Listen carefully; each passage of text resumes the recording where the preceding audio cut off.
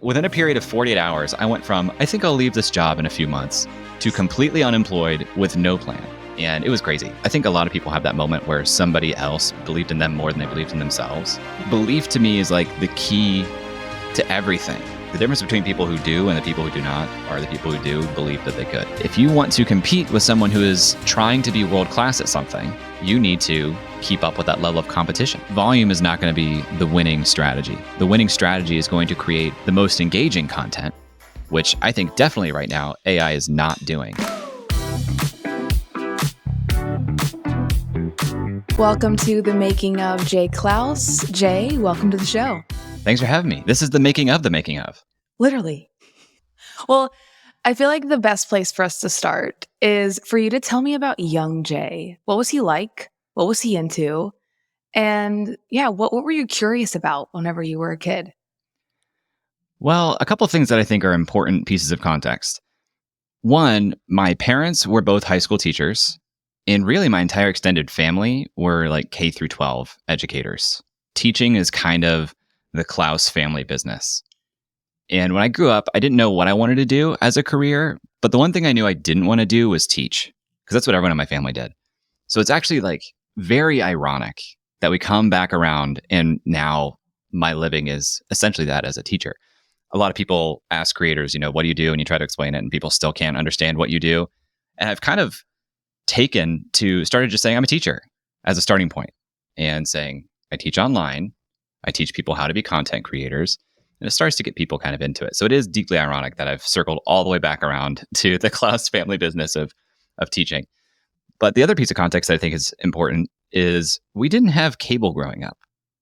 And I don't know that I've ever talked to my parents about this. I don't know like how big of a decision it was that it was like our kids shouldn't watch cable versus my parents are thrifty people who did an extremely good job of like saving growing up. But I didn't have cable. And so it forced me to watch different television.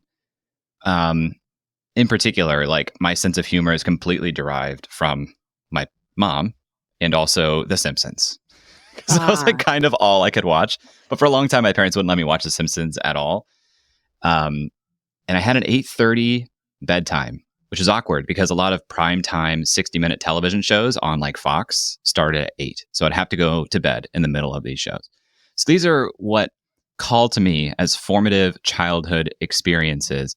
I had to earn enough money to purchase a TV for my bedroom and a GameCube to play video games. Then video games became kind of a formative thing for me. I really thought I wanted to be like a video game creator I didn't have the word for developer or like software or even design as a kid, but I was like, I like these. I want to make video games. So I think that all kind of blends into, in a weird way, who I am today and makes a lot of sense, but wouldn't have guessed this is where I'd end up. Yeah. It's interesting too how the rebel in you said, I don't want to be a teacher. And then you end up teaching, but it's still in your own way. Like it's still your own vision of education. What kind of games were you into? Really quick. Like what was your game console of choice? I was a Nintendo gal. What was your game console of choice and what game did you lean into? Yeah, it was predominantly GameCube because that's what I bought. And Okay. I wasn't early enough to play like Super Nintendo, although my friend had Super Nintendo. He played that in his attic all the time. But it was a lot of like sports and plot-driven games, which is still true. I don't like warfare games. I don't like fighting games. I don't like shooters. Everything I play is sports or plot-driven. And I really, really love that. The teaching thing, though, I thought a teacher was somebody who got a teaching degree and then worked that job for 30 to 35 years and then retired. Mm-hmm. And the rebel in me was, I don't want to do the same thing for 30 to 35 years. Yeah. What I didn't realize was that teaching was a method of like engaging with people that I would enjoy and that there were different ways of doing that. Right. Teaching was still the vehicle, but you were on a different path and towards a different destination that you didn't want to necessarily be on for decades. Maybe. Early in your career, you were in PR and you were a reporter, which I think maybe that makes you a good interviewer. I've listened to your podcast, watched your YouTube.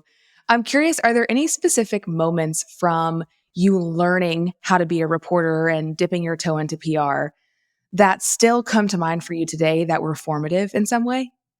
Totally. Well, I never thought I was going to PR. I always considered it journalism. Okay. So I studied journalism for a year and a half in college. And when I go into something, I go into it really, really hard. So not only was I studying journalism, but I was doing an independent study, like earning extra credit covering Ohio State sports teams. I took several internships in journalism. One summer, I worked at the newspaper back home when I moved back home for the summer. Another year, I worked at the law school at Ohio State in the journalism program. So I thought, my future was writing. I realized I really like writing. I had this great college advisor who said, if you like writing, you should do an independent study with the student newspaper. Really enjoyed that. There were some crazy things happening in the world when I was studying this. This is when the Bin Laden takedown happened. So I covered that. This is when Ohio State was like vacating their wins because of some big scandal on the football team. So I was covering that. Wow. It was wild. And I think I learned more in the journalism program at Ohio State than I did in the business college, at least in terms of what still sticks with me today. But in particular, the work I did covering Ohio State's football team, I think was actually very, very formative for me in terms of interviewing and writing for a couple of reasons. They had these Tuesday media days where the Tuesday before the Saturday game, they would invite the media to the Fawcett Center. This is where they do the media.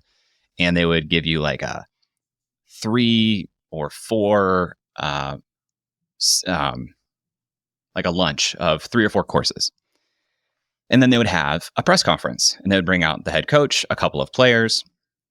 So 3 things happened with that.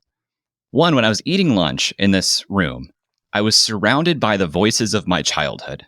Like literally the people that were calling Ohio State games on the radio and on TV, they were just talking around me. It was a very surreal experience to be around these people whose voices I had heard for like 18 years up to that point, right? And then I would have to talk to the coaches and the players, which growing up in Ohio, these people are like celebrities to me. The Ohio State football team were like celebrities to me, and I've got to go ask them questions. So it really forced me to not be starstruck. And then the third thing, to your point about asking questions, my job as a reporter on Tuesday was to write an article that would be published on Wednesday and would have a unique angle compared to the other Ohio State football articles that were being written. And you could kind of guess from the questions that people in the room were asking what their angle was. And you would want to get a unique quote for your article. So you had to ask a question and get a unique quote that would help you write that unique article. There was a reporter for the Columbus Dispatch, which is the biggest newspaper here in Columbus, Ohio. His name is Tim May. He's been doing it for decades. It's not a meritocracy who gets the first question to the players or the coaches. It's really about, they will like share some prepared talk and they'll say, okay, who has questions? And whoever they hear first is generally who they address first.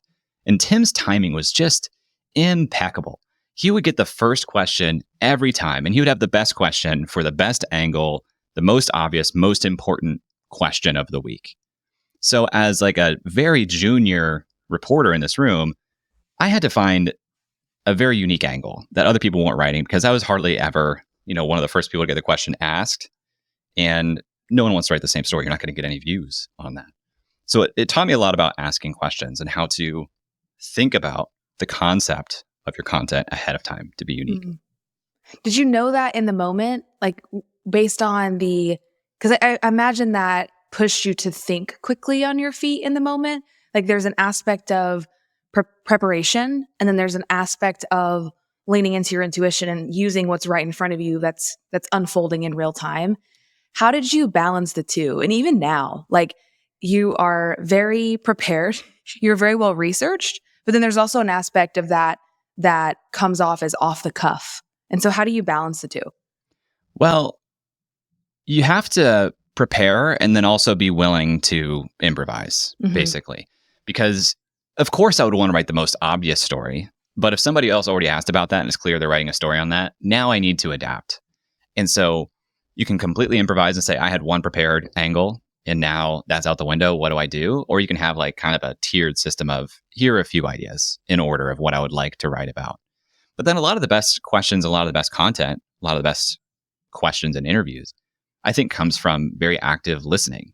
The problem with a lot of interviewers is they prepare so much, but then they're afraid to deviate from their questions, and they're thinking about their next question when somebody's talking. And so they don't hear the thing somebody says that opens a door that you weren't expecting. That could be way more interesting. Yeah. So you really have to be active listening. And I find that just preparing questions ahead of time, if I just read through them and actually do that prep work, it's more for priming my brain than like having something up on screen or on a notebook that I want to look at. Yeah. I will know that's there. I will understand the arc I want to go on, but I want to be aware of these doors that might open so that I can step through them in real time. Because that's what the listener hears. The listener's hearing this for the first time. They hear somebody say something unexpected that opens a door that they want to go down. But if I, as an interview, wasn't paying attention and I take a left turn, the listener's going to say, "What? No, go more on that. What are they talking about?" Yeah. And then the listener will sometimes detach from the material. They're like, "Oh, you know what? I'm not quite getting what I want from this, so I'm going to peace out." Okay, speaking of deviating, I do have a question that's popped up as we've been talking. Was there a specific moment where you realized journalism wasn't for you that led you down entrepreneurship? Because I think when I look at your CV, it's like very entrepreneurship focused. There's a very clear common thread. But now knowing that you really saw this career in journalism for you unfolding, was there an active choice or a moment or a situation that unfolded that made that pivot for you away from journalism? Yeah. So my freshman year, I had the very good luck of sharing a common wall in my dorm with two guys who had started businesses in high school. So late in my freshman year, they introduced me to the idea of entrepreneurship and it blew my mind. And so I was starting to think about it. I was starting to go to the entrepreneurship undergraduate club that met once a week and learn from that. And I was really interested in that. But I was still doing journalism and I had this great opportunity as a sophomore to cover the football team, which is like unheard of. And so I followed that instinct, but I still had this like gnawing at me, like, I think entrepreneurship is a thing. But at the time, entrepreneurship in my mind was completely synonymous with high growth tech startups. This is the time of like Airbnb and Facebook and Uber. Mm-hmm. And so I thought entrepreneurship was software startups, but I was really interested in that. It felt sexy. It felt cool. And I remember when I was talking to my parents about journalism, they were very hesitant. They've always been extremely supportive in whatever I wanted to do, but I could sense some like hesitancy when I was like, I think I'm going to be a journalist. Because I think adults at the time knew like, this feels like a dying industry. And I knew it was a dying industry, but I thought to myself, but I can be really good at anything I try. Why couldn't I be one of the best that's still doing this? Yeah. But then there was a moment during that Ohio State season. One, it was like a terrible season, like the worst season they've had in 10 years because they had to vacate these wins. They had to fire their head coach. They had a replacement head coach. It was a mess. But then I just looked around the room. You know, I said I was surrounded by the voices of my childhood. The only people my age or even close within like decades of my age were people from the Ohio State student newspaper. I realized I have already kind of reached the pinnacle of what I would want to do as a sports journalist in college. And when I graduate, I'm not going to have that same opportunity. I'm going to have to go work at a small paper. I'm going to have to cover local sports and work my way up. And then maybe one day somebody will get sick and I'll get to cover one game. You know, it's just very improbable that I would get back to where I was in that moment for literal decades. And I just saw more opportunity to build my own path. I was becoming more aware of what building your own path looked like in the business college. So I remember going to my faculty advisor after that season and saying, hey, I am transferring out of journalism and going into the business school. This guy's name is Dan Katernikia. He was such an incredible advisor. But he just like looked at me and he was like, you are too good not to keep doing this. Whatever you do, please keep writing. And I was like, I will. And I feel like I've lived up to that promise. I mean, I took a little bit of a vacation from it, but that was like such a moment for me to see how much someone I respected and admired, how much he respected me and believed in me. Mm-hmm. I think a lot of people have that moment where somebody else believed in them more than they believed in themselves. Yeah. Such a powerful moment. So I think about that not all the time, but like anytime I think about it, I kind of get choked up because it was so powerful. But yeah, I just realized that if I wanted to build my own path, the business direction made a lot more sense. Mm-hmm. Let's talk about building your own path. The path to entrepreneurship when you're early on in your career, and I hope I'm not projecting, but it can sometimes come along with a little bit of tension because you have this creative mindset, you want to build things. And oftentimes we do that inside of companies first, we aren't at a place, maybe that's financially or even intellectually, where we're like ready to go out and build something on our own. Can you talk about the personal tension? And maybe it's not tension for you, but the relationship between working inside of a company, being creative, being entrepreneurial, versus applying your entrepreneurial thinking on your own and on your own path? And how did you manage that when you were a full-time employee before going full-time? Well, I don't know that I had that direct experience because as I finished up college, the line that we were all fed in business college was like, here are the 4 careers that like the best of the best make. And at the top, if I didn't want to do investment banking, which I learned I didn't want to do, at the top below that was management consulting.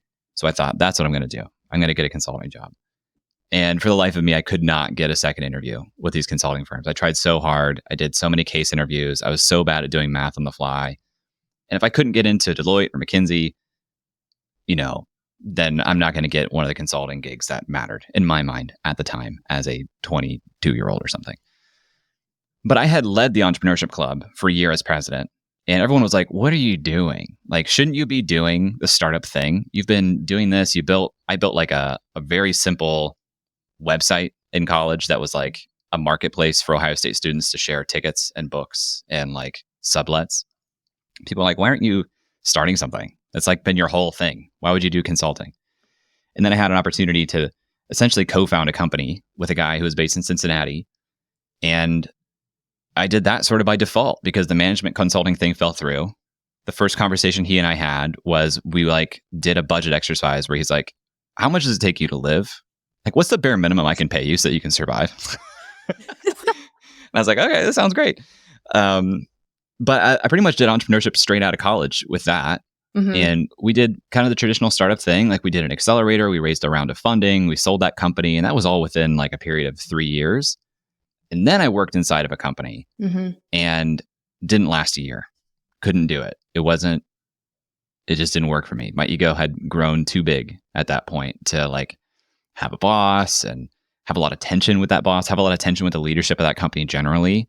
And to go from like full awareness, full transparency into everything the business is doing to now being a layer below the top leadership and having to make progress forward, but not understanding the vision or believing in it, very tough for me. So I have learned that I am not super employable. And, that comes with challenges, that comes with blessings, but it's a reality that I have accepted at this point. Yeah. Was there a particular moment inside that job that you were at for less than a year where you're like, okay, this is it, I'm gone? I mean, I feel like a lot of it were those moments, but I remember, okay, so I started that job in, I want to say like June of 2016. And in January of 2017, I was feeling very lost and sad because I was like, I don't like this reality, but I don't know what to do about it. I don't know where I'm going to go from here. And so I started working with a coach because he had worked with a bunch of friends of mine. I had like a dozen people say I worked with Chris. He was great. He really helped me get unstuck. In fact, one of his books is called Unstuck by Chris McAllister. And I said, okay, I'm gonna pony up the $1,300 or something that it was at the time, and I'm going to work with this guy, and I'm going to figure out what this is all about. And one of those weeks, one of the activities, every week was a 12-week program, and every week I read a chapter of a book, his book. We talked about it, and then he gave me an activity before we had the next session. It's a really good structure. One of the weeks, the activity was go for a walk, don't wear headphones, don't take your phone, no music, no distractions, just tune into whatever your inner voice is saying, take a notebook and a pen, and write down whatever you hear running through your mind, whatever limiting beliefs, whatever tape is running. And I had this moment where like the voice I heard was, I am not creative. I don't have good ideas, and I am less valuable because of it. I had this story that I was telling myself at the time that with that first company we started and sold, I was a great number 2. I was a great executor, but it wasn't my idea. I didn't have ideas. I was not an ideas guy. I was not creative. But if someone gave me a great idea that I believed in, I could execute the crap out of it. It was what I believed. And so I went back and I talked to him the next week. And he said, okay, what if that wasn't true? what if the opposite was true? What if you do have great ideas? What if you are really creative? What would you do differently? How would your life look? What would you be doing differently? And I said, well, I do like to write. So maybe I would be writing. And one thing I know about myself is I have a crippling fear of public failure. And so whenever I want to do something, the way I force myself to do it is to publicly say, I'm going to do this thing. Mhm. And then I'm going to do it because I refuse to like not follow through on promises I've made to other people. Yeah. So I made the declaration that I was going to write a daily newsletter and publish it every day. And I did for a year. And by April of that year, 3 months into that experience, I was no longer not feeling creative. And I thought, I'm probably going to leave this job soon. We had a company leadership all hands. They said, we're completely shifting strategy to this product over here. Jay, you're building this product. We're scrapping that. You're going to build this new product. And I just knew in that moment, like, I don't want to do that. Yeah. This is essentially starting over within this company. Yeah. And I don't want to do that because I know I'm going to leave. So I talked to the COO that day. I'm like, hey, I think I'm going to quit, but I want to sleep on it. And I'll come back in tomorrow and talk to you. And so I slept on it. I came back in the next day. I'm like, I'm going to quit. My team has 6 weeks of development work that we need to do is all in Jira. I'll stay for those 6 weeks. I'm going to go out and do my own thing. I don't know what that looks like, but I'm going to do my own thing. So I'm willing to stay for 6 weeks because I'm not going to some other job. And he said, well, does your dev team know how to do that work? Is it like scoped out and spec'd out? Yeah. Okay, well, why don't you just do your exit interview? We'll pay you out 2 weeks and you can leave today. And so like within a period of 48 hours, I went from, I think I'll leave this job in a few months to completely unemployed with no plan. And it was crazy. It was a wild time, but I'm really glad it worked out like that. Yeah. Tell me about the energy that you felt not knowing. There's something I have witnessed in you is this wisdom that you have and this ability to know yourself really well. And I'm sure that's been a relationship that you have cultivated within yourself. But there's also this like sense of belief that you'll figure it out. You have this like very deep knowing that no matter what, from what I've seen in you, you will get it done and you will keep showing up for yourself. Walk me through like how you then build that out. Because I know that you went on to build the Unreal Collective. Walk me through like that in between messy, murky period where you were trying to figure it out and you were like putting that belief of yourself into practice. Well, I'm glad you said the word belief because belief to me is like the key to everything, from people who achieve great things to people who do horrific things, but like still unbelievable things. The common thread is belief. Mm-hmm. Like the difference between people who do and the people who do not are the people who do believe that they could. And so that's been something that I've really had to work on because I don't think that comes naturally to like everybody. I think irrational belief is kind of like delusion. And so I'm an exceptionally rational person who thinks I am very average in a lot of ways. So I really have to like believe in my ability to improve and figure stuff out, as you pointed out. So at the time, because it happened so fast, I did have like a couple of ideas on my mind of what the next thing could be. And I had started at the beginning of April planning to do like a pilot of one of those things. When I quit that job, it was April 20th. And so I hadn't really put that into place. So the first thing I thought to myself was, better start trying that. And my vision of entrepreneurship had grown a little bit. I was starting to see like, oh, people can freelance. Cool. I'll sell some projects. And I had some friends of mine who were entrepreneurs who like threw me a couple of bones. There's one guy who was starting a new company and he was like, can I pay you like $3,000 to just come up with a bunch of different potential names for my company, given some of the things I think we're going to do? That was a really fun project where I built like a spreadsheet and I played with like the etymology of words. Really, really fun. But like, he didn't even go with one of those words. He just wanted to get some good ideas. And I think I've seen a lot of entrepreneurs who believe in people who want to like encourage the entrepreneurial bug, basically be like, I'm going to do what I can to help move you in that direction. And I had some of those early people. The most important thing that I did in those early days was I had a conversation with myself to say, here are my expectations of when I'll make enough money to survive. I didn't want to put any expectations of revenue on myself for the first 3 months, I think it was. Because again, I quit in late April and I told myself, if I don't earn anything by July, I'm okay. But if I don't make anything in July, by the end of July, I need to go get a job. Yeah. Which was great because there were lots of times in that April, May, June period where I would totally spin out and say, what am I doing? How is this going to work? But I reminded myself, I have already told myself I have time to figure this out. And so I started experimenting with mastermind groups because that was a concept someone taught me. And I did have a good local network. And I said, if I had a local network like yours, I would consider facilitating mastermind groups. Get some business owners together and have them meet once a week. You facilitate it, you pull everybody together, and they will pay you to have that structure. I had that 12-week experience with my coach, Chris. And I thought, okay, let me structure a 12-week mastermind program. I will be the lightning rod pulling people together. I figured it'd be startup founders because that's what I knew at the time.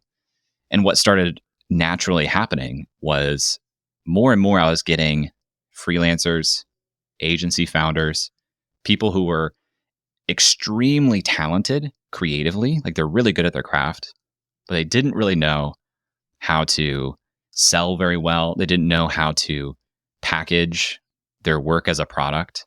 And as a product guy, I just kind of got that immediately. I was like, I know software and products so well. What you people are doing, incredible product. You don't know how to package and sell it. Mm. And so that's kind of what things moved into. But ultimately, I did give myself some boundaries and set explicit expectations because I think all tension internally and externally comes from misaligned expectations. And a lot of times those are implicit and not explicit. So I set a lot of explicit expectations with myself to figure it out and did some good budgeting. Figured out what did I actually need to pay my bills, to pay taxes. If I can cover that, that gives me some runway and I'll continue to figure things out.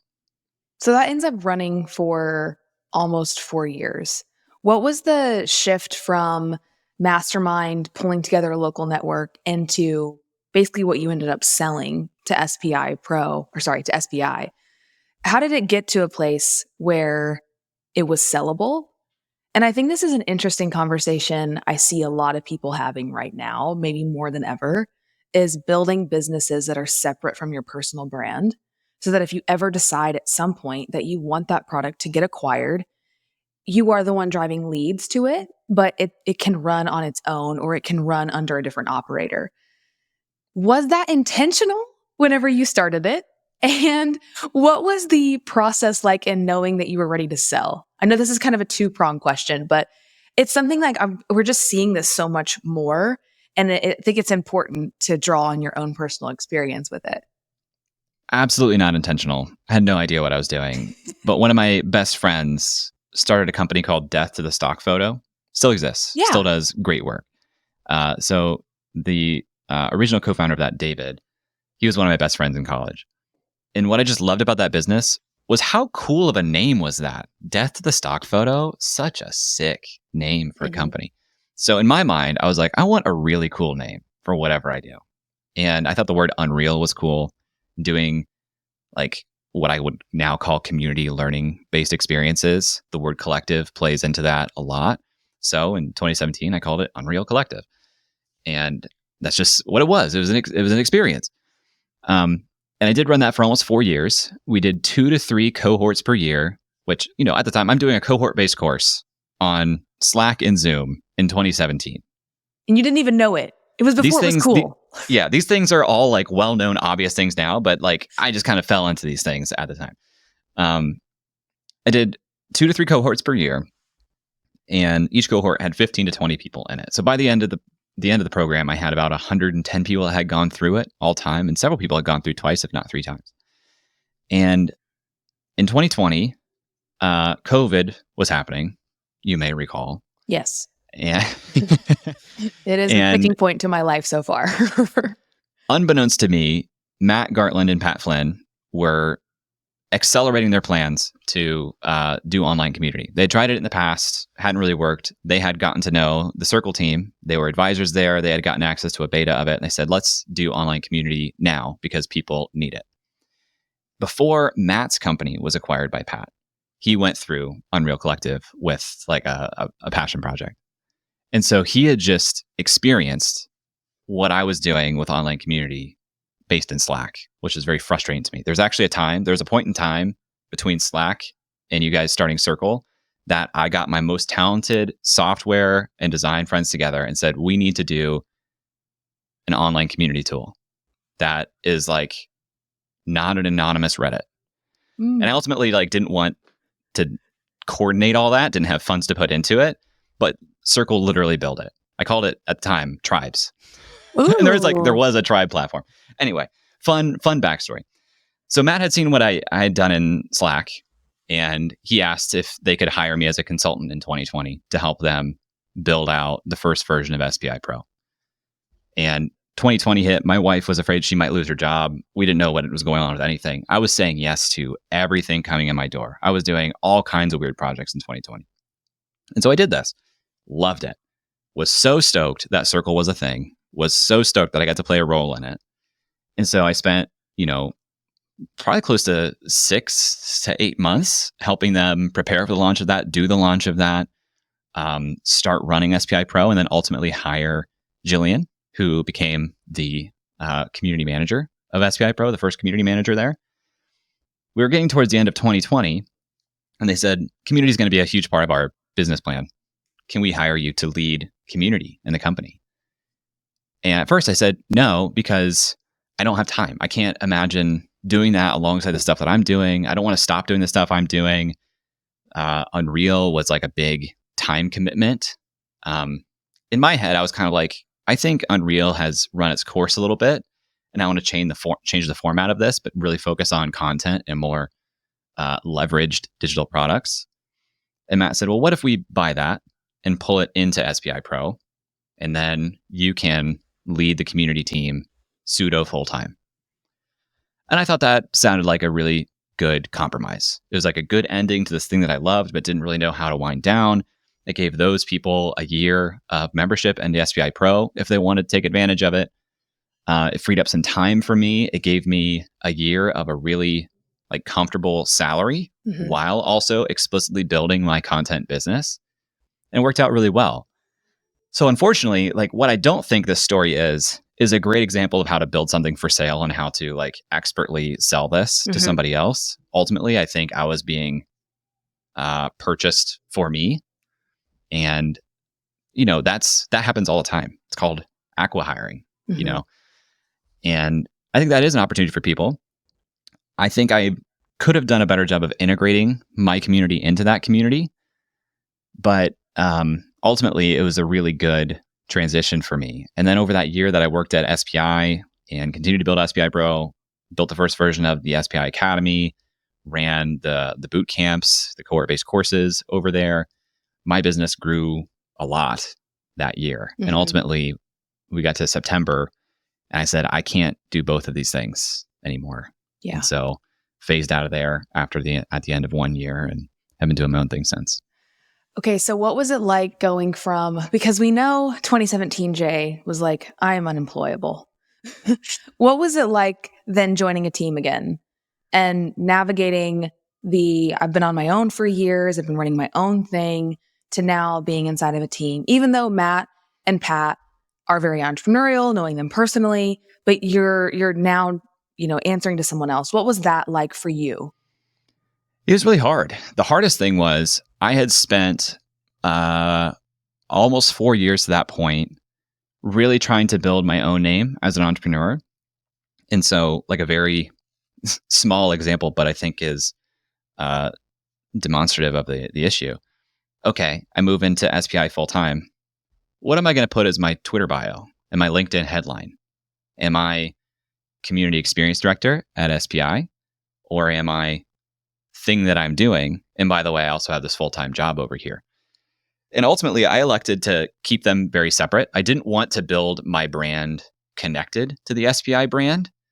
And I didn't want to make SPI my brand. I wanted to continue to build my own thing. And so I think there are actually a lot of people in my, community broadly that didn't know that I was pseudo full-time at SPI that year because, the work that I would do at SPI, it went through the SPI channels and the people in that community knew I was really involved. But ultimately the stuff that I was doing, I wanted to stand on its own two legs. So it was a challenge. The great thing was Pat and Matt gave me a ton of flexibility. We ran the community team as its own like P&L and business inside the company. I have historically not loved leading people. And, a big part of that role was leadership. So that was tough for me because some days that was not an energy giving experience. Nothing to do with the people there, just wasn't in my skill set, wasn't in my real interest at the time. I was like really leaning into my creative artist era. And sometimes you need to put that aside to be a great leader for the team so they can do their best work. And I had a hard time doing that. So it was challenging from an identity perspective, but man, did I learn a lot. Yeah. And I really enjoyed it, would do it again, even though it was just a year. Yeah. It sounds quite formative to where you are now. What's your relationship with leadership like now? It's different because everyone on my team now, I am the person who hired them and interviewed them and decided, here's how we work together, and decided that, in fact, we do work well together. My producer in particular, when I started working with Connor on the video channel for Creator Science, that was a really great experience in that it showed me, oh, I don't need to just hire people who are as good as I am. I can actually hire people who are better at things than me. And I don't need to touch that thing. And the whole business is better because of it. It was very heartening in that it no longer felt like I was like, there was a story I told myself for a while that hiring was hiring somebody who is less good at something than you and then trying to get them as close as possible. And then, doing the last 10%. And now I'm realizing hiring is finding completely different core competencies, finding people who look at this work as their art, giving them as much space as possible. And often the 1 + 1 = 3 is the ideal team. But, when you're doing the hiring and you're paying, it's a lot bigger of a risk. Our expenses in the business have increased every year that I've started this thing. And there's a lot of pressure. I look at how much does it cost to run this business every year, and the cost to run the business is more than our monthly revenue. Like the monthly cost to run the business today is more than the monthly revenue of the business for the first at least 5 years of its existence. So sometimes my brain hasn't caught up to these numbers, and I just look at them. I'm like, that can't possibly be right. We can't possibly be paying that much per month. Where's that all going? How am I even making that much? So it's a trip, but when done right, it's like a magical, crazy thing. Yeah. We've taken this journey to get to Creator Science in the lab. So we're here. I want to talk about how you've honored the writing habit while growing your personal brand, the Creator Science brand. Your newsletter now has over 60,000 readers. Walk me through specific artistic strategies as well as business strategies that have made that a repeatable structure for you where you're still able to flex your creativity, use your voice, but you're also, like, from a business perspective, it's now a part of your growth engine. Yeah. So the first year I wrote every day and published every day because that was the thing I wanted to prove that I could do. And most of that writing was bad. And I realized publishing every day is kind of like cruel and unusual punishment for people. It's like you're sending me another email. So I scaled it back to weekly after that first year. And it's been at least weekly every week since. But a lot of times in the past few years, it's been like twice a week. And what I came to realize, in the beginning, I was writing about whatever I wanted to write about. And so the people who were interested in me and what I thought about, they would be interested in that. But if you don't know me, you're not interested in me and what I think about. So growth, when you're just writing about your interests, is limited to how many people know and care about you. right? Right. So if I wanted the newsletter to grow, I realized I needed to really polish what it is people could expect from it. And they'll grow to know and hopefully like me and my perspective over time. But really, the people who join the newsletter, they're looking for the outcome, which is to be a smarter creator. And that focus has helped a lot in email, in podcasting, in social media. When my social media started to grow is because basically everything I tweet can be tied to the topic area of being a creator. It's consistent. People know what to expect from you. And that's kind of how we move forward. Now, mechanically, the brand is called Creator Science. The from line on the email is Jay Clouse, and it's signed by Jay. It has a photo of Jay at the bottom. There's a world where it comes from Creator Science, and the byline at the bottom isn't Jay. There's no photo of me. And that's a more scalable, sellable asset. But I do think a lot of people are still reading and do still feel the attachment to me personally. Mm-hmm. And I have not decided if that is an asset that I want to forego in order to do the more scalable, sellable thing. Yeah. Um, How does it fit into your overarching business strategy? Because it's the lever that you're pulling to drive traffic to your other like social assets as well as the lab, applications, digital products. Like how are you using that in a way that's one still adding value and not well, okay. You and I have both been in this world for a long time. And sometimes email can feel like it's just a sales lever. totally. It's a sales lever that you pull again and again and again. And there's like an aspect of, okay, we're adding value. And one could argue you're adding value because you are selling. You're giving somebody something that they need, but then you're also balancing that with free value mixed with selling. So I'm curious like how the newsletter fits into your business strategy and like when to sell and when to give free value. Well, my perspective on this is that when somebody's email list becomes a sales lever they pull over and over again, it's either because they spent such a long time providing so much value that they got so much goodwill that now they have those relationships, they have that trust, and they can keep pulling that lever. And that means they started in a really good place. I still don't think you should just like be pulling that lever constantly, but that means it started in a good place.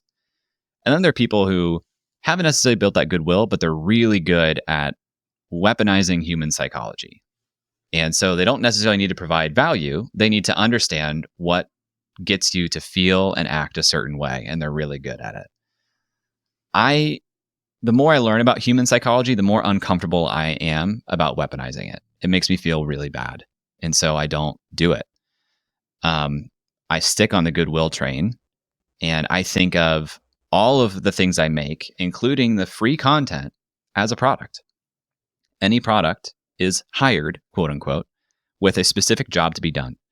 And my free content, including my newsletter, which you can subscribe to at creatorscience.com, that free newsletter is helping people improve as a content creator, helping them get better at the craft, and also helping them do a better job of earning a living from the activity.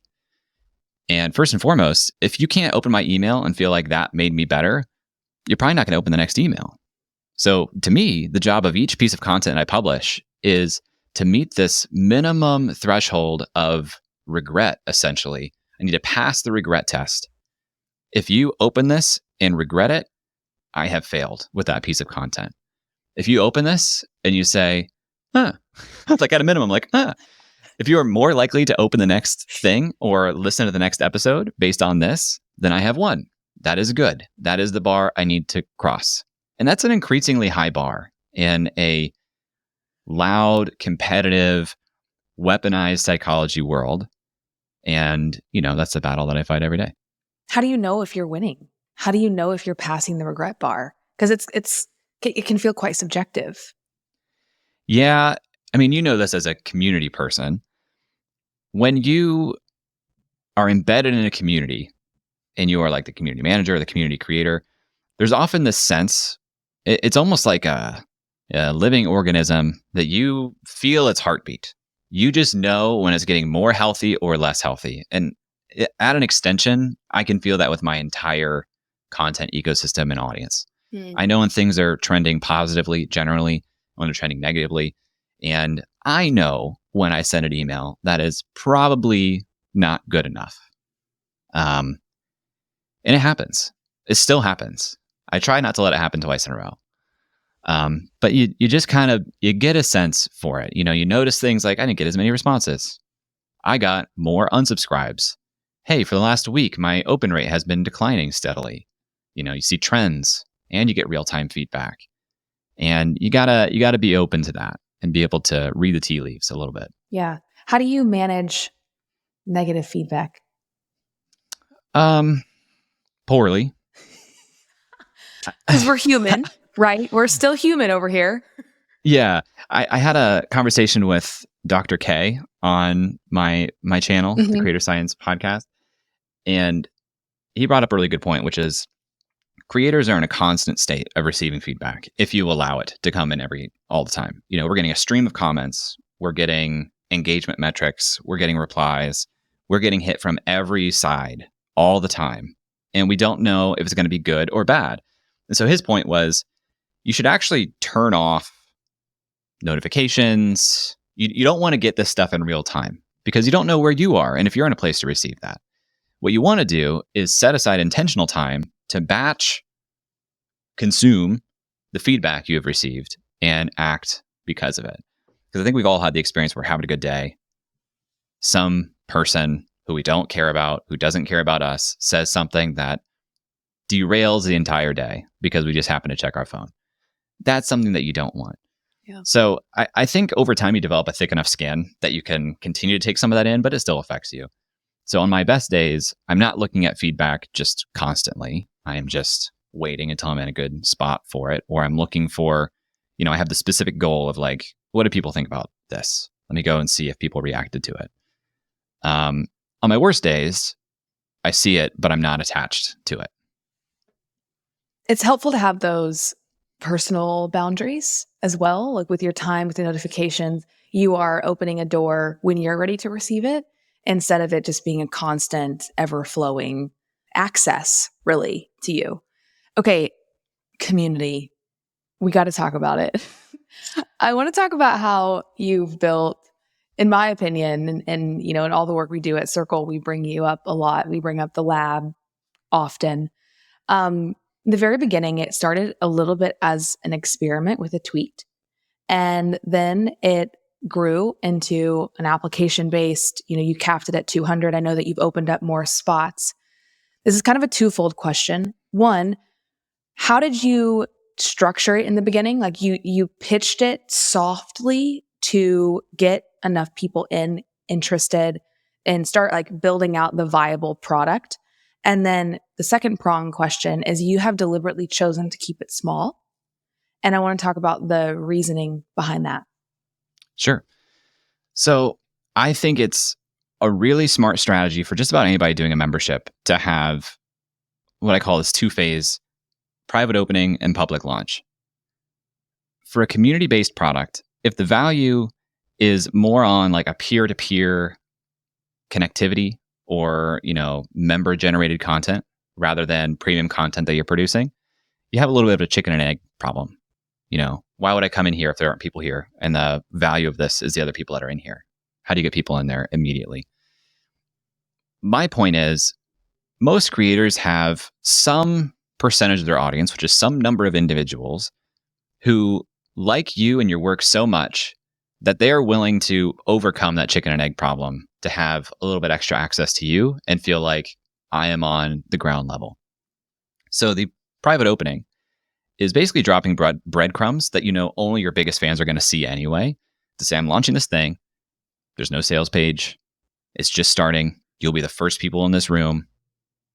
But if you are willing to trust me and take a leap of faith, here is some incentive for you to join now. Could be a discount, could be some bonus, could be some, you know, something special to your people that gets them in early. And then you don't have to prepare like this sales page as talking in hypotheticals and theoreticals of we will be doing this. You get people in and you start doing stuff And then you document that Mm-hmm. and you make a sales page based on that. And there's stories and they're real testimonials. And you can go to the rest of your audience and say, this party's already in progress, by the way. Would you like to join it? And it becomes a much more compelling pitch. So that's the way I went about it. And, as almost 3 years have passed, I've only had more conviction in that as a strategy. So the aspect of keeping it small, which I love that strategy, by the way, I also think it takes the pressure off. Because a lot of times when you're building a membership or a paid community in some aspect, you have theory, but you haven't actually seen how people are going to interact with each other, what specific sticking point they're going to keep coming back for. So you're trying to sell something that doesn't really exist yet. So I love this strategy, and I think anyone that's launching it should follow it. There's also the bigger the better mentality. And I'm curious, you have strategically kept the lab small. And not that it's small, it's 250 people, but you've kept it strategically smaller than, let's say, the audience, that you have on social. Walk me through the deliberate choice that you've made in keeping it, intimate, if you will. Let me preface this by saying again that I see a membership offering as a spectrum between, is this more peer-to-peer based or is this premium content? Because one of them scales a lot easier than the other. When it's premium content, there's no incremental cost to adding more people to the space because the experience stays the same. I get to experience this premium content. When it's peer-to-peer, the experience fundamentally changes at certain points in the growth of the community. So you literally can't even sell the same experience one day that you used to because it just simply won't be true. Mm-hmm.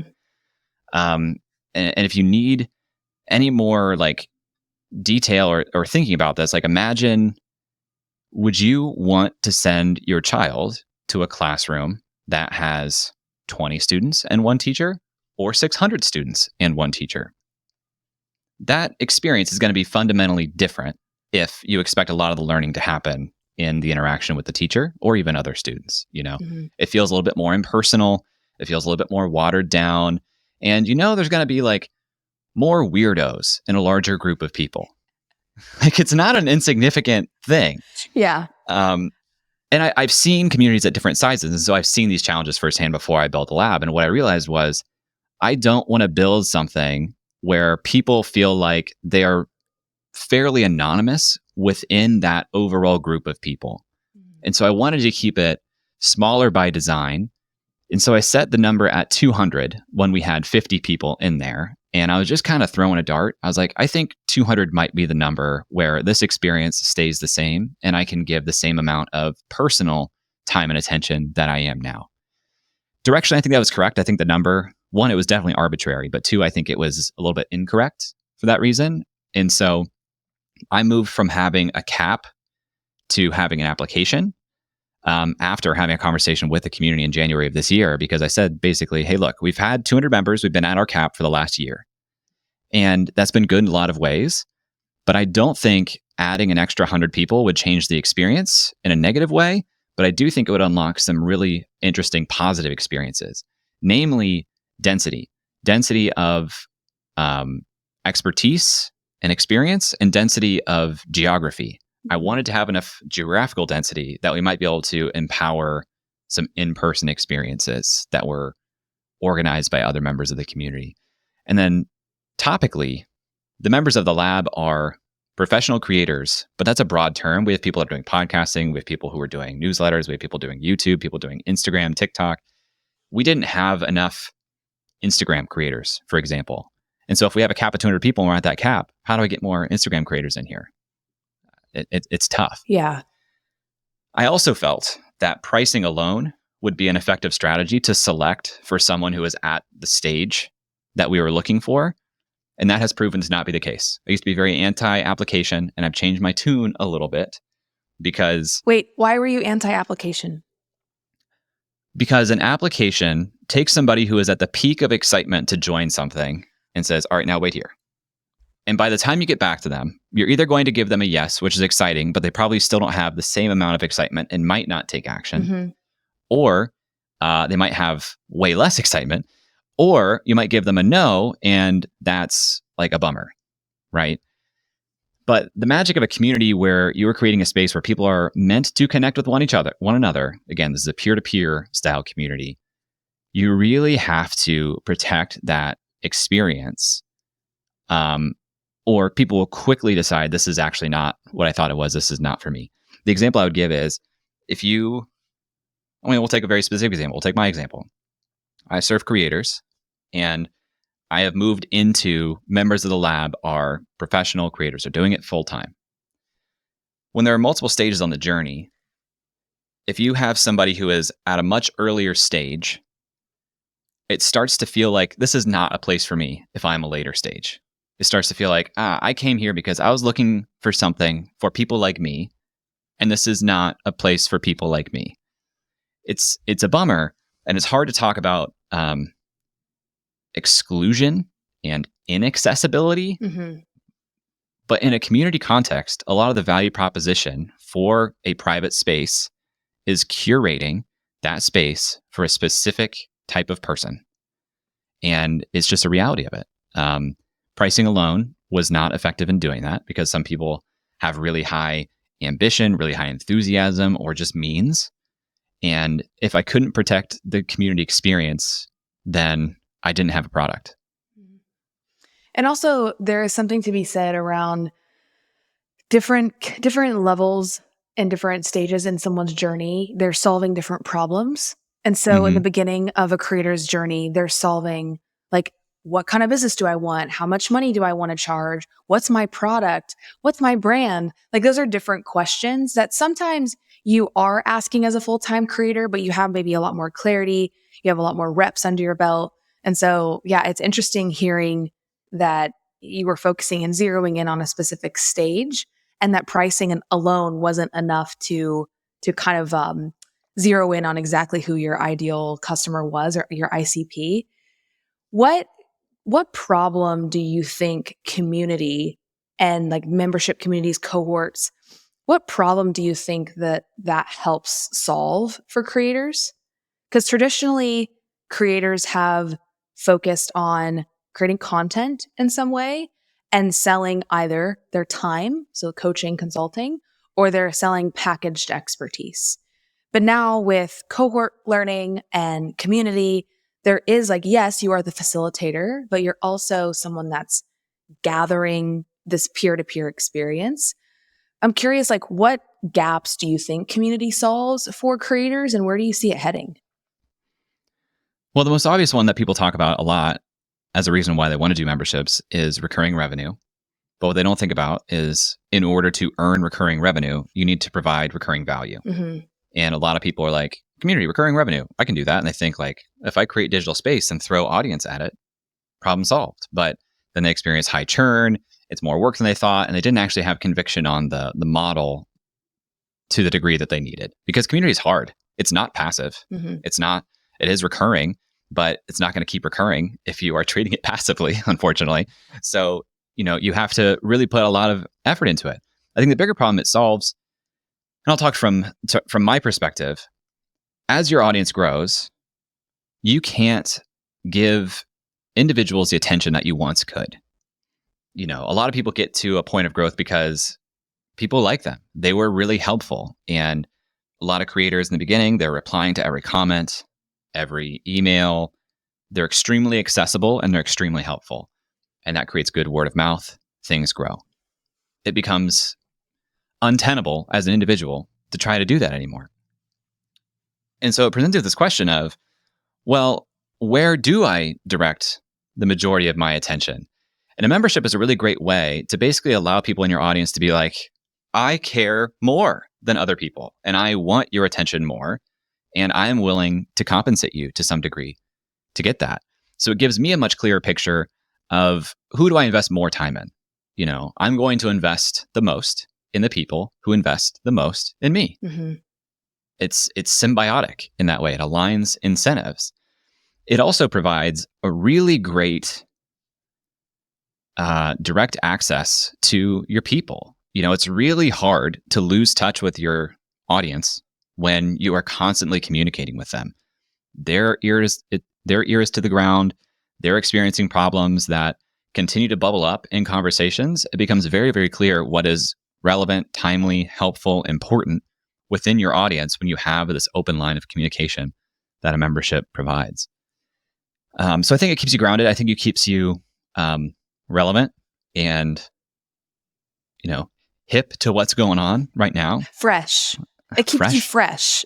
But it also, gives you a clear indication of who can I invest more time in and feel like this is right. Yeah.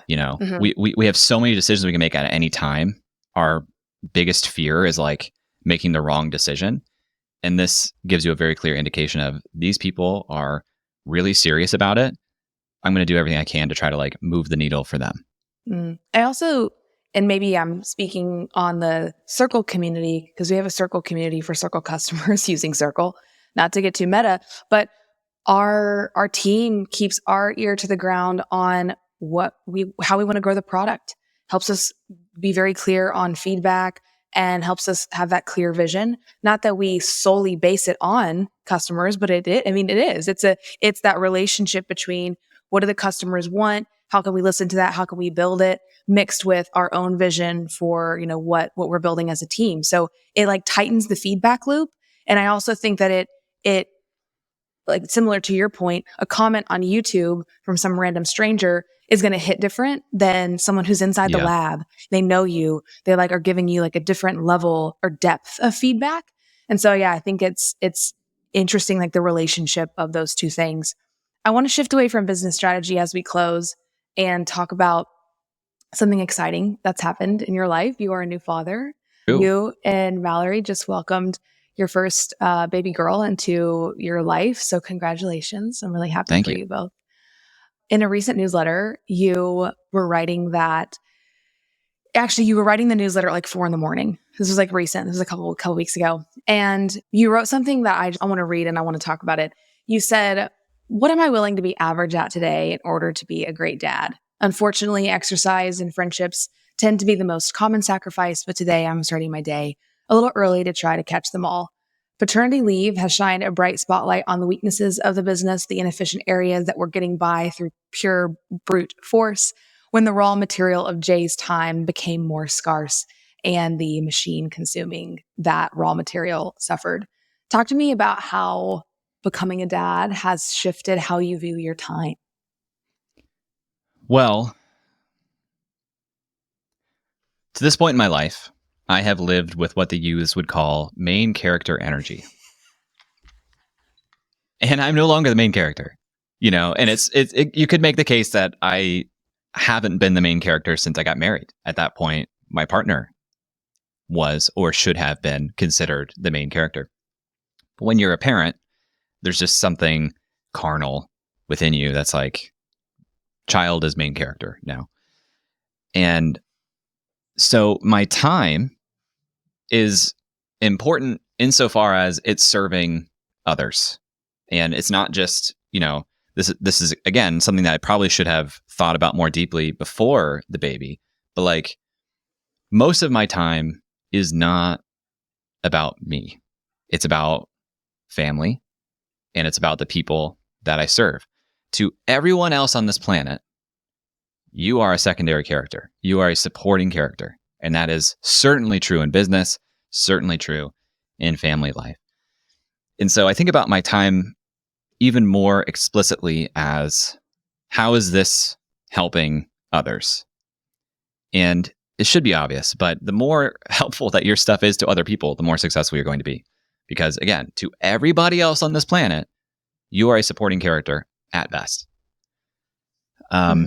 So I think about that. And I also think about the very scarce nature of my time as a whole.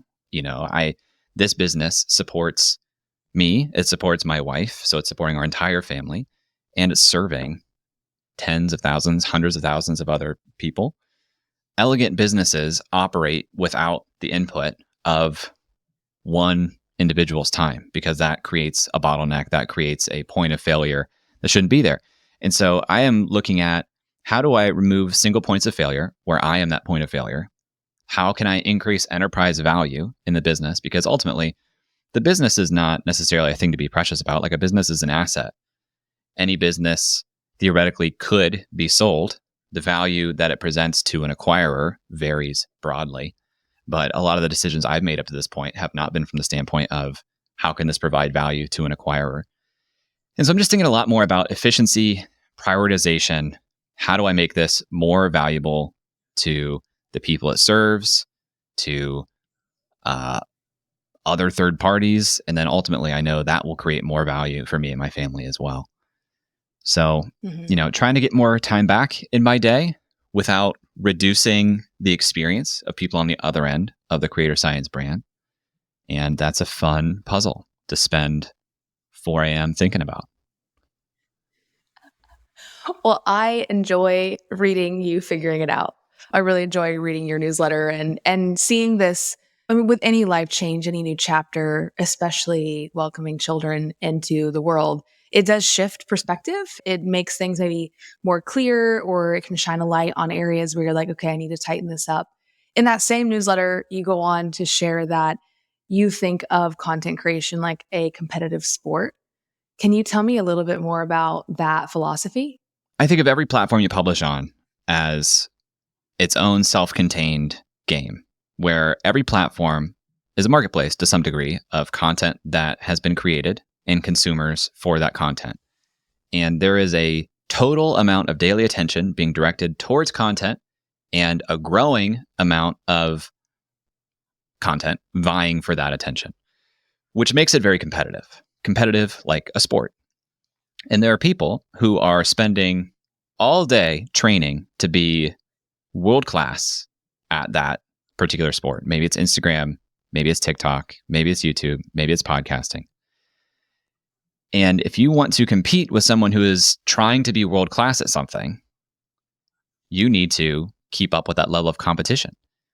And since we all have a limited amount of time, it's going to be very hard to outcompete somebody when you are splitting your attention across multiple sports and somebody else is trying to direct all of their attention to one. I think it's just like very clear when you think about it that way. And maybe you're better than most people today, but if there's a growing field of people who are spending more time on a daily basis trying to get great at that than you are, eventually they'll be better than you.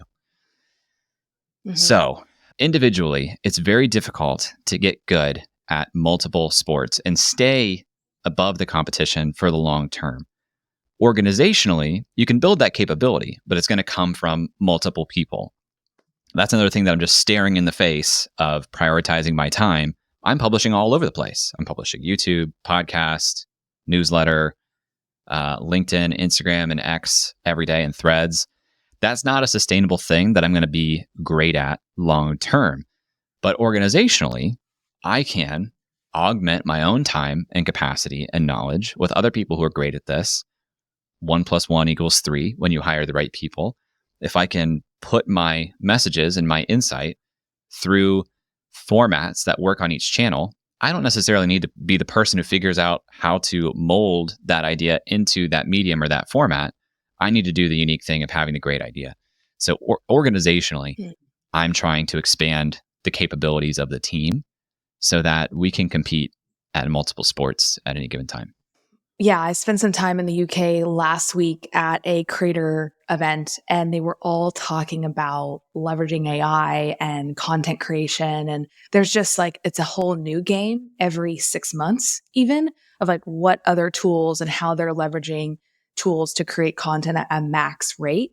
That when you are there's kind of like an old school way of creating content, and then there's this new way. And so it's like interesting trying to interweave the two while still staying true to your own voice, still creating high quality content, but maybe not like touching every single part of the content creation.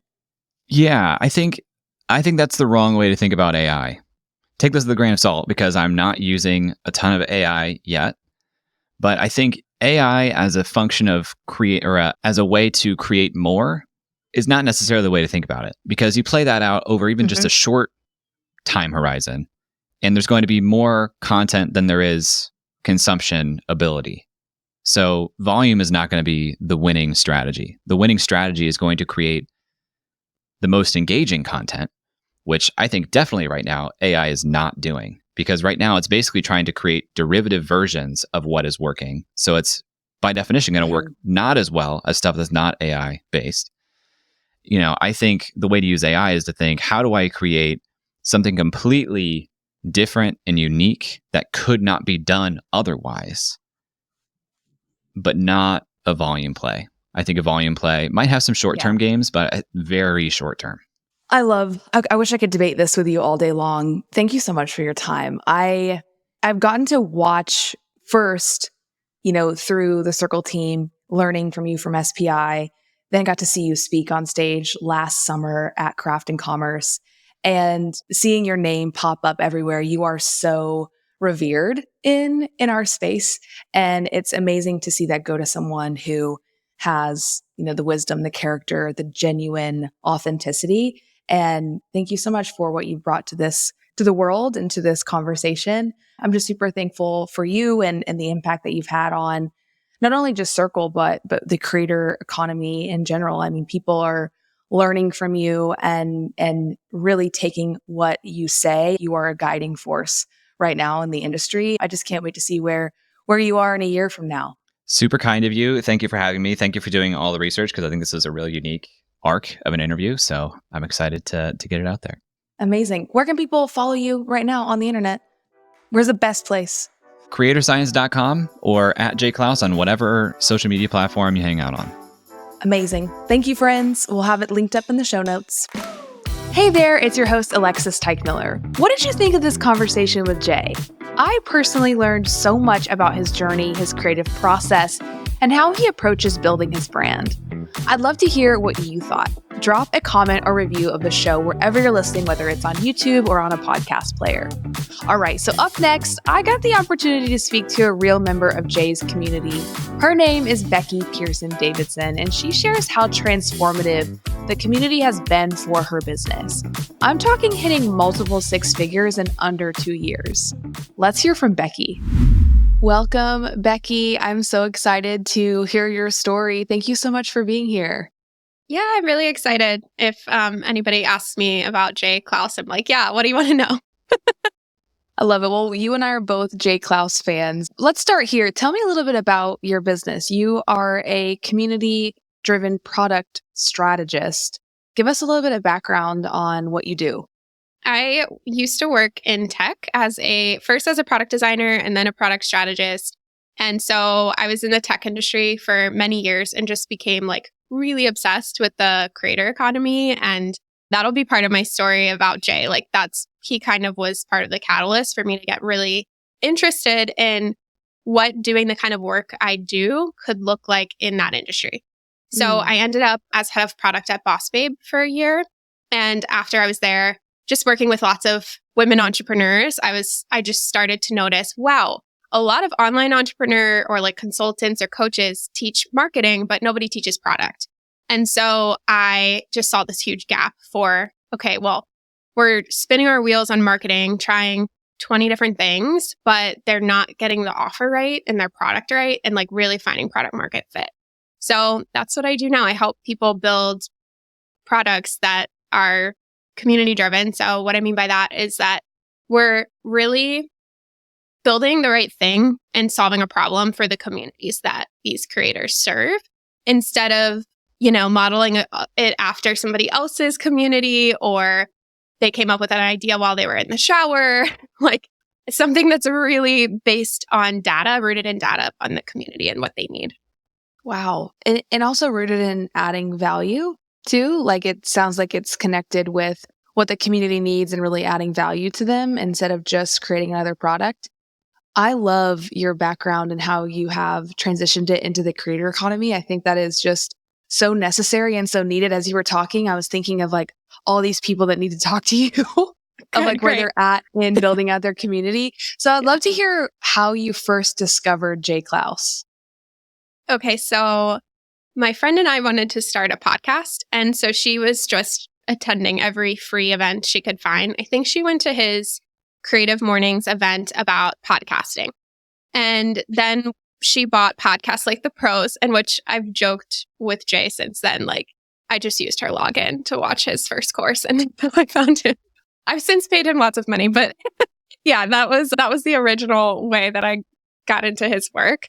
So took that course and then just from there, just full rabbit hole, listening to the podcast, subscribing to the newsletter, consuming everything, talking to everyone I could about his stuff because I just thought it was so cool to hear about how makers and artists and as a creative, like, oh wait, I could actually make money from my craft. Like that's incredible. And so I specifically remember the Lauren Home episode being so inspiring to me because I loved following her on Instagram and hearing how she like built her business. Was there a particular program? Because I know that you went through the podcasting course. After that, was there a particular program or course that you went through that maybe had the biggest transformation for you in your business? Yeah, totally. So, and this is all pre-business. So I'm still working in tech at this point. I signed up for his Tweet 100 challenge because I was trying to make Twitter happen. But I was also just, trying to publish consistently. And I think I was on day 50 or something. And he launched the Tweet 100 community. Now, this is very short-lived, but he launched this community. And so I jumped on it. I remember it was like, I think it was $300 full price and it was $150 on sale. And so I bought it. And he basically evolved that into the lab. So I'm one of the like OG lab members that joined for Tweet 100 originally. Wait, so what year did you discover him? Was this in like 2020, 2021? I feel like maybe early 2021, but it was the end of the year 2020, I think, when he launched that. We'll have to fact check with him. But it was, a few years ago for sure, because I've been in the lab a few years now. So, what has that experience been like being inside the lab, especially being an OG member? Because you've kind of gotten to see the evolution of it from day one. Yeah. Jay refers to it as like, hey, I'm moving the furniture around, which I love because it's like an online virtual space. He's created metaphors that way. And so I got to see him move a lot of furniture and experiment a lot. And Jay has a background in product management. And so do I, obviously. And so that just resonated a lot with me, like his process and how he would test things. And so this is the biggest moment that was crazy. So at this time, like I was still working in tech and I was just absorbing everything. I was watching him build his community and learning a lot from that. And meanwhile, I had joined other communities too. So I was in a few and just like learning everything I could about online education. I also was teaching at General Assembly. I was teaching UX design cohorts. So I was running, cohort-based learning and seeing how creators were creating their own programs. So then Boss Babe posted this head of product job. And had I not joined Jay's community, like there's no way I would have like honestly known to apply for that job or known what to say like during the interview. So I sent them a video pitching myself, which again, I feel like was because of my watching Jay send Loom videos all the time, I pitched myself and I got that job. And I really credit him a lot for me even landing that job. And it was like a huge catalyst to me building my own agency and just, everything over the last couple of years. I've also launched a newsletter, which has a lot of inspiration from Jay's. He sends an essay out pretty often. And at this point, I think I've written 81. I call them essays too. So, yeah. Oh my gosh. So his journey has really, really impacted you and your journey. That's amazing. What was the transition like then, you leaving Boss Babe to then pursue your agency full time? Yeah, that's been crazy. So I left in May of 2023. And so it's a little over a year. And honestly, it was very seamless because, not seamless, look, like it's a total emotional roller coaster. Like one day you're like, I'm crushing it. The next day you're like crying. That's real life as an entrepreneur. I felt just so confident that I could do it because I had these communities that I was engaged with and relied on. One of the coolest things about being part of the lab is that I've made amazing friends. Like it's not just Jay, it's like all the other people in there. There's actually a group of people that we like self-organized a retreat together. So we like all went away for a weekend, like for people I met on the internet, right? Like it's crazy. That's amazing. It is so interesting too, because a lot of times online communities, especially when they're around a specific topic, you're able to go so much deeper with them because you're interested in the same things. You're trying to grow in the same ways. Sometimes you don't always find that in person. And so even though they're online interactions, they become like your best friends. I mean, I've met some of my closest friends and mentors through the internet and haven't even met some of them in person. And so it's so cool that the transition from, the online to the in-person. Have there been any other specific transformations or like results that you've been able to get now as a full-time agency owner in the last year from Jay's impact and just being in access of the lab too? Yeah, for sure. I mean, I've gotten a lot of business from being a member of the lab. I don't think that's something like I talk about very often, but just either from somebody referring me that's in there, or I've worked with a few lab members themselves, and my business is less than 2 years old and I've already done multiple six figures. Like, it's successful. And I owe a lot of that to just, number one, building community with the community members, just like showing up, being an active participant.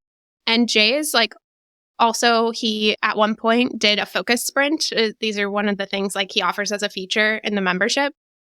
And it was on journey mapping. And that's my core offer, is I help people develop their community journey and really understand the points that are great for product experiences, just increasing their revenue through like ascension and stuff like that. So he knows that that's something I was offering and asked if I would do it within the lab. So I think I'm the only person that's ran a sprint with him. And that was amazing. Like, he's always giving people opportunities. And that's what I think is really different about him than other creators. Like, it doesn't matter that I have like 700 followers, it matters like my expertise and how I can show up for others. And he really lifts people up. Like, he recently had me on the podcast as well. That's amazing. It also goes to show too, like, audience size is relative, like, depending on how successful you are. Like, hearing that you are going into year 2 of your business and you've already hit multiple six figures, and you focus on newsletter, you focus on relationships, not necessarily like building a social platform, which is great.